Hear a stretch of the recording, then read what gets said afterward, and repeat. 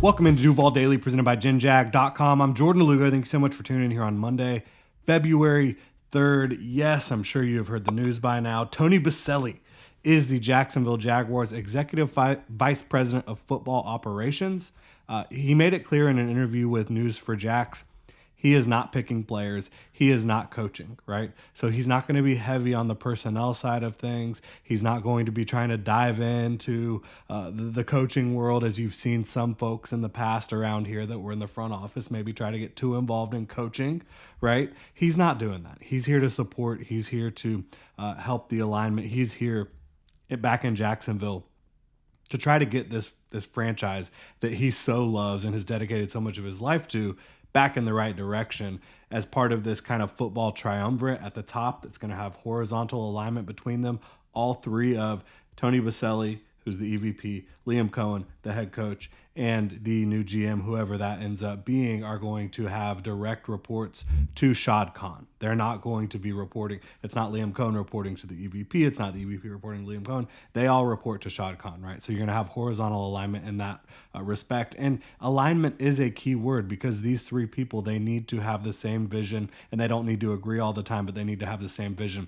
Now, the reason you clicked on this video is to hear about some of the Jaguars defensive coaches, but I did want to provide some of that insight that we got from that News4Jax interview with Tony Boselli on what his role is going to be. And we talked about, the specific things that he's going to have to do, part of his job description as EVP of football operations earlier in the video, where it was all about Tony Boselli becoming EVP. But here we're going to talk about three defensive coach hirings that the Jaguars have made under Anthony Campanile, who will be the Jaguars defensive coordinator. He came over from Green Bay and was a linebackers coach, run game coordinator there. So we're going to talk about some of these hires that the Jaguars, that he and Liam Cohen are making to fill out this defensive staff. And it's not like, a group that a lot of people are going to know, right? These are assistant defensive coaches that have various backgrounds, but you do now have a defensive line coach, a linebackers coach, and a secondary coach. So those are three of the biggest jobs you're going to have under your defensive coordinator, right? And defensive line coach, it's going to be Matt Edwards from Buffalo. He spent one season with the Buffalo Bills, started out his NFL coaching career with the Tennessee Titans, and also spent some time with the Raiders, I believe. I'm not sure what the connection is here, if they just saw him as a rising star, identified him as a coach that they really like. The Buffalo Bills, I thought they had a strong defensive front overall this year. Matt Edwards, and funnily enough, spent some time with Dawuane Smoot last year. Dawuane Smoot's going to be a free agent. Maybe the Jaguars can have a reunion with Dawuane Smoot as a rotational player. Who knows? That's just something to keep in mind. The Buffalo Bills do have a number of free agents, though, that Matt Edwards will have a connection with up front on that defensive line. So maybe you do see somebody from Buffalo come down here. But this is far from the first time that the Jaguars have kind of poached from Buffalo's coaching staff. Heath Farwell was not retained by the Bills, and the Jaguars were able to pick him up as their special teams coordinator. You saw, obviously, the wide receivers coach as well come down from Buffalo. And you've seen the Jags go get Buffalo Bills players as well. They did it last offseason with Gabe Davis and Mitch Morris. So the pipeline from Jacksonville to Buffalo has been very strong over the last several years. Matt Edwards continues that tradition here, and I don't have a ton of insight about him, but he's a relatively young coach in terms of experience, but he started in the NFL in 2018, so he's been in the league for 7 years, up-and-coming guy. We'll get to learn a lot more about him, obviously, as we move forward. Linebacker coach, Tem Lukabu. I hope I'm pronouncing that correctly. I'm sure we'll get the pronunciation on it, but he's got many connections, kind of tether points between him and the Jaguars coaches that have already been hired. So he coached at Boston College, at Rutgers, and at Rhode Island. So Campanile has also coached at Boston College and Rutgers. Liam Cohen has coached at Rhode Island. He wasn't there at the time with either of those guys at any of those stops, But I think the biggest connection point here is the fact that he coached under Jeff Hafley for a while and was the defensive linebacker coach under Jeff Hafley at Boston College. And most recently, he was with the Carolina Panthers as a outside linebacker coach there, I believe. So somebody who has been a lot of the same places as Liam Cohen and Anthony Campanile, and somebody who we're going to, again, get to learn a lot more about. And really interesting for him, like he was born in the Congo. So somebody who came over here, and I'm not sure his family background or anything like that, but somebody who has been in the league for a long time. His first NFL coaching job was in 2012, and he's only 43 years old.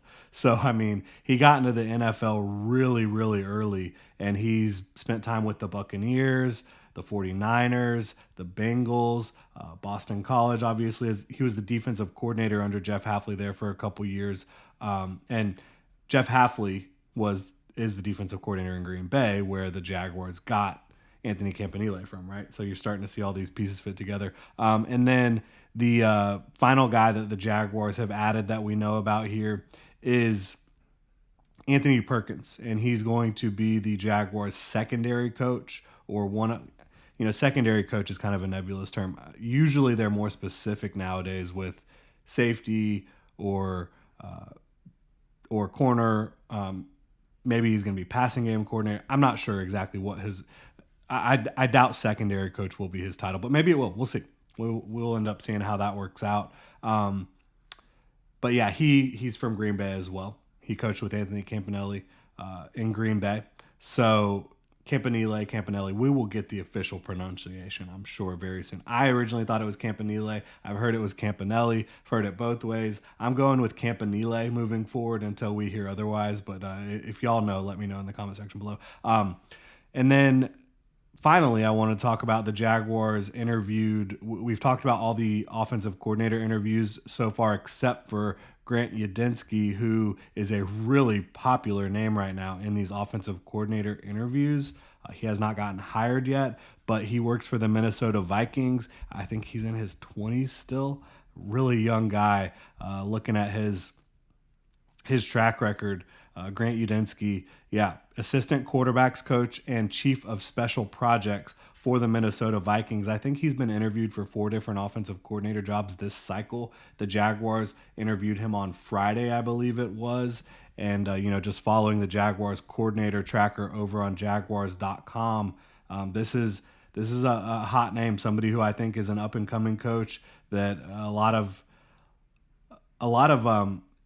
teams want to meet with. He's 28 years old, right? He already has 5 seasons of NFL experience at 28 years old. Absolutely incredible. So you're seeing a lot of youth, a lot of young up-and-coming names associated with the Jaguars coaching staff, right? So I think that Udinski has obviously been a big part of what the Vikings have done, and they've done an incredible job under their head coach, obviously, who, what they did with Sam Darnold this year, Kevin O'Connell, Grant Udinski and company, unbelievable. What they've done with a lot of the quarterback situation, like Kirk Cousins, they got great production out of Kirk Cousins.